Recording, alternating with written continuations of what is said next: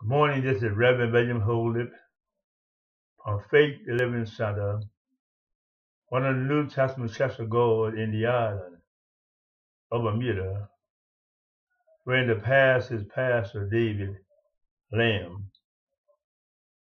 It is a pleasure one more time to bring to you a message from the Word of God. Today we would like to speak to you out of the book of Job, chapter 6, verse 14 to 13. And it reads thus: For him that is afflicted, pity shall be showed from his friend. But he forsaketh the fear of the Almighty. My brethren, have dealt deceitfully as a brook, and as the stream of brooks, they pass away, which are blackish by reason of the ice. When the snow is hid, what time they wax warm, they vanish. When it is hot, they are consumed out of their place. The paths of the way are turned aside. They go to nothing and perish. Troops of Tema looked. The companies of Sheba waited for them. They were confounded because they had hoped. They came thither and were ashamed. For now ye are nothing. You see my casting down, and are afraid. Did I say, bring unto me, or give a reward for me of your substance, or deliver me from the enemy's hand, or redeem me from the hand of the mighty? Teach me, I will hold my tongue, and cause me to understand wherein I have erred. How fruitful are right words! What does your arguing reprove? We imagine to reprove words, and speech of one that is desperate, which are as wind. Yea, ye overwhelm the fatherless. Ye dig a pit for your friend. Now therefore be content.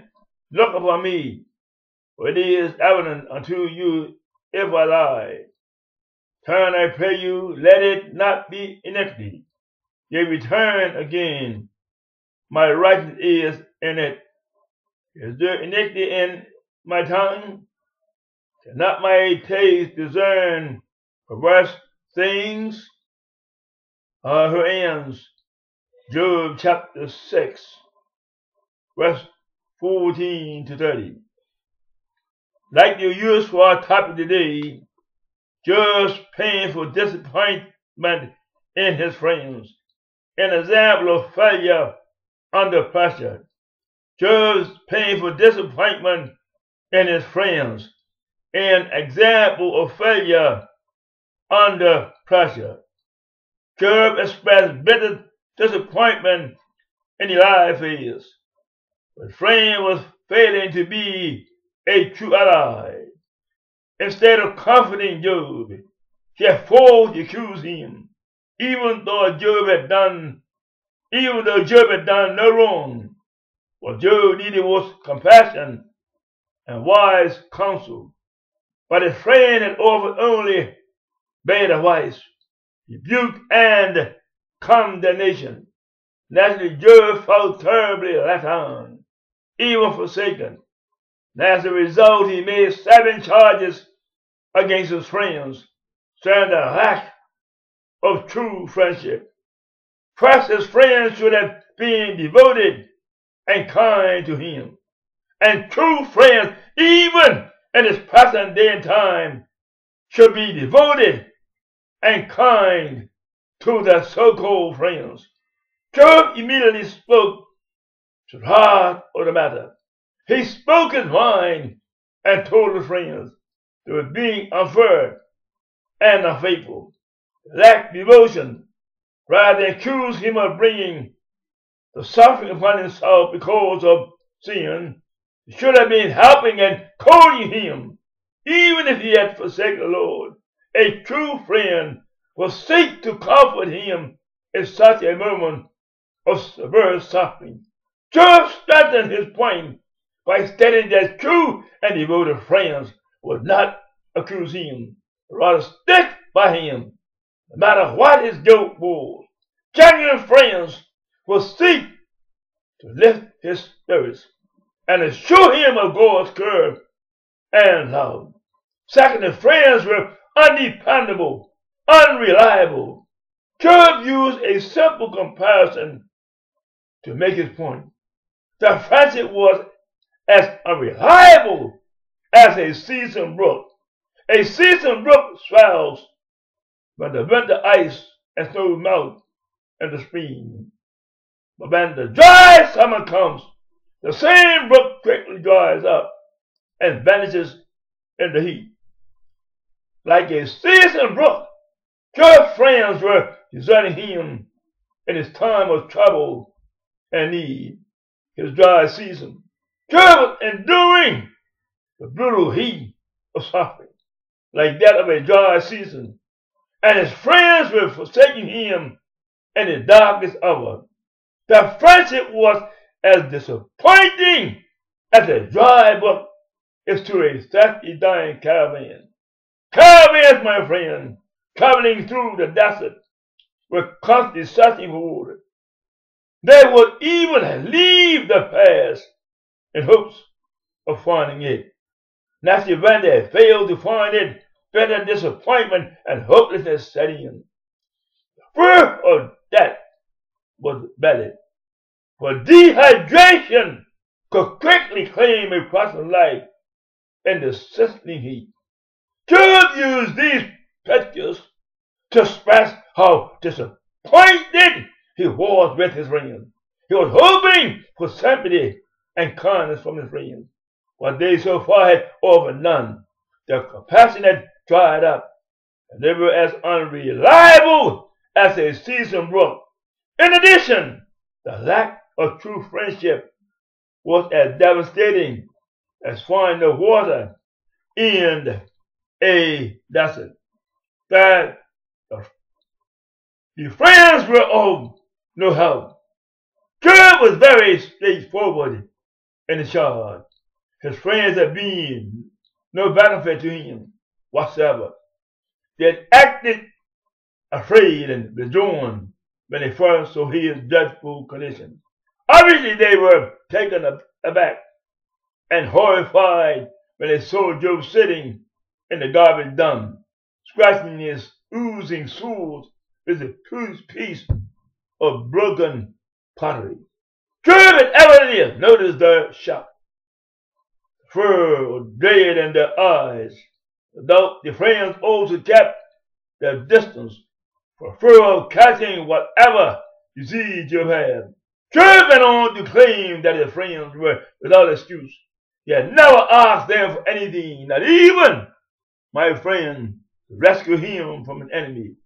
Because he had not asked them for help, they had no reason to feel threatened or afraid, and no reason to judge or criticize him so severely.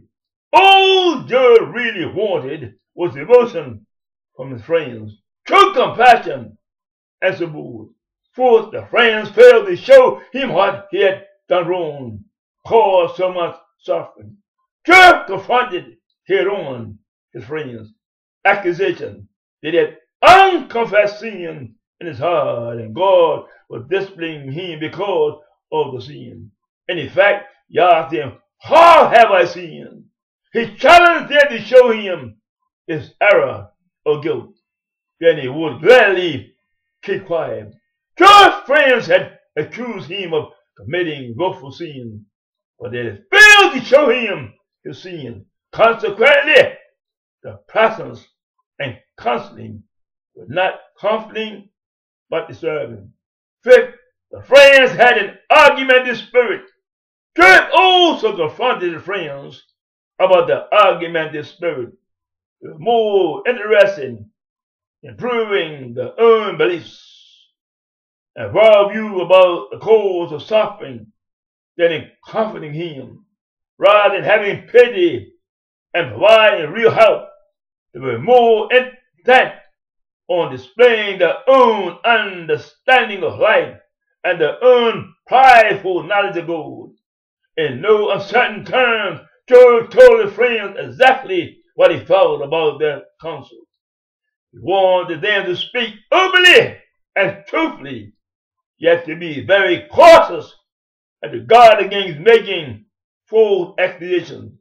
He complained that his friends sought only to question him and dispute what he said, rather than really listening to him and trying to understand. They continued with their doubts and accusations. Added to that, their arguments helped none whatsoever, for they were based on error, the false assumption that he sinned and was being corrected by God. He accused his friends of treating his words lightly, of considering his expressions of discipline as nothing more than vain. They failed to respect his feelings, failed to really listen to what he was saying, failed to grasp what he meant, and instead of affirming genuine, confident, practical help, they merely fed him their own empty words and accusations. He charged his friends with acting like cruel slaveholders or auctioneers, those who were so even the most destitute and defenseless of people, even an orphan or fatherless or friend.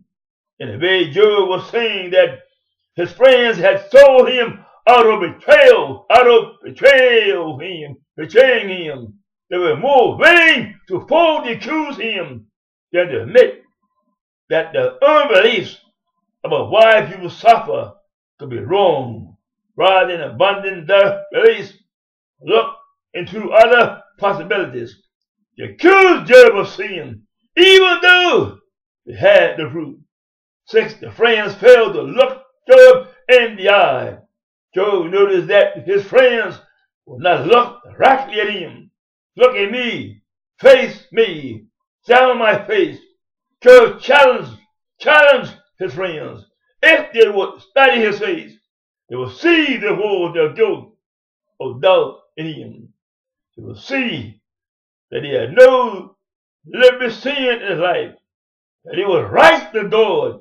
Job warned his friends to acknowledge his honesty and to quit accusing him of sin, assuming that he was suffering because of sin in his life. 7. The friends had one great need: quit arguing. Once again, Job pleaded for his friends to stop arguing with him. He made 3 strong appeals. Wanted them to stop arguing and falsely accusing him, stop being so unjust.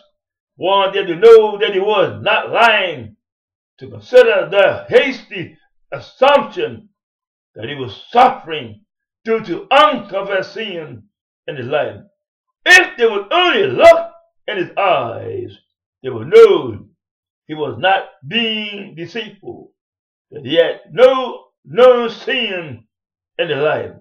Wanted them to know he could discern uncertainty and dishonesty in their choice of words and in their voices. A lot of that they were actually being dishonest themselves. They were deceiving themselves rather than risk giving up the firm belief about why people suffer.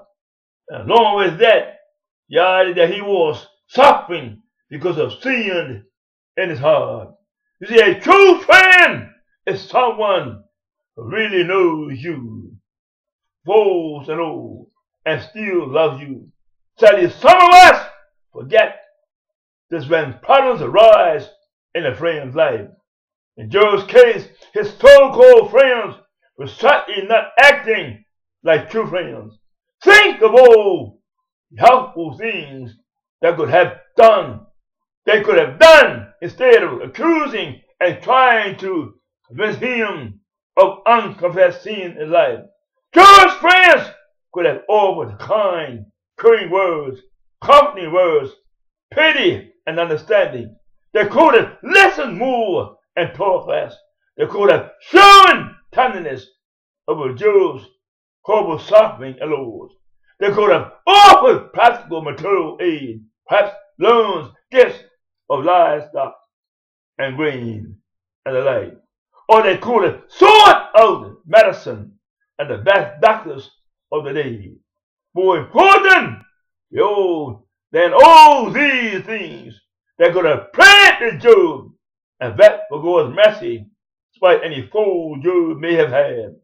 Instead, they offered only empty words, while they were hurtful, judgmental, and untrue. True friends, the more they told, first they listened and seek to understand. After they offer good, dependable help, whenever and however they can. God verse says a great deal about true friendship and about how believers are to love and care for one another. Romans chapter 15, verse 1, it is recorded, "We then that are strong or to bear the infirmities of the weak, and not to please ourselves." In 1 Corinthians chapter 13 and verse 2, "And though I have the gift of prophecy, and understand all mysteries, and all knowledge, and though I have all faith, that I could remove mountains, have not charity, I am nothing." In 1 John chapter 2, verse 10, "The love of this brother abide in the light, and there is none occasion of stumbling in him." Job chapter 6 and verse 14, "To him that is afflicted, pity shall be shown from his friend." In Proverbs chapter 17 and verse 7, "A friend loveth at all times, the brother is born for adversity."